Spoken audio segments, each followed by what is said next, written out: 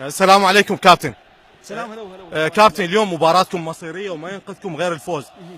شنو استعداداتكم لهاي المباراة؟ والله الحمد لله غسلنا الزوال استعداد للشتاء. لا وين رحت أنا؟ لا احنا شنو يعني ان شاء الله انا مسوي خطه جهنميه، خطه مهمه يعني حتى زيدان ضل صافن عليها، ان شاء الله اليوم الخطه حتى الحكم راح يقول. كابتن، سمعنا اكو مفاجأة بمباراة اليوم، شنو هي؟ والله المفاجأة اليوم أنا كثير المفاجآت بصراحة، يعني معروف عني كل لعبة أسوي تشكيلة جديدة، يعني أسوي تشكيلة أدوخ الخصم وبعدين أعطي 3 نقاط أقول له بالعافية عليك. نعم، فاليوم عندي خطة جديدة إنه جبت لاعب من فرنسا، لاعب مغترب، هو لاعب رينجو، كمان رينجو هذا يلعب نادي بيكا بالفرنسي. تعال هلا بك هلا بك، هذا رينجو من اللاعبين المهمين، هذا لا تشوفه هيك، هذا راضع ويا يوقن، هذا ما يلحق. كابتن هذا اللاعب ترى شوف هاي مو كرش، هاي الدبني، هذا الدبني صاعد فوق. طيب كابتن، هذا اللاعب شنو مركزه؟ هذا يلعب مركز يعني نادي فرنسا، يلعب راس حربة، ان شاء الله اليوم ويانا راس باكي ان شاء الله. اوكي كابتن، اترككم مع المباراة وارجع لكم بعد ما تخلص. شكرا لك. يلا جو جو جو جو جو، يلا يلا ولد، اي انطي طول، ناول انطي باص، انطي باص رينجو خايب. اي اي اي جول هذا علي انا الجول شو الفيلم.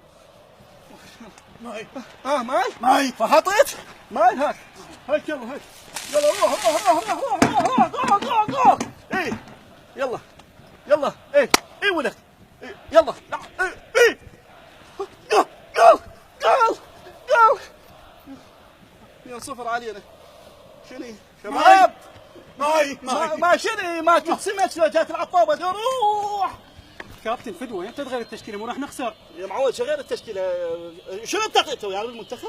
روح بابا روح شو انا مدرب انا من المساحه. كابتن مو هيك ما راح نصعد الكاس العالم يا اخوي هسه زين نصعد طياره نرجع لهند. روح شنو خسرنا 3-0. شكل الجمهور، شكل الاتحاد، شكل امنا ردين كسرت الشيشه. كابتن، شنو الفيلم شو خسرتوا؟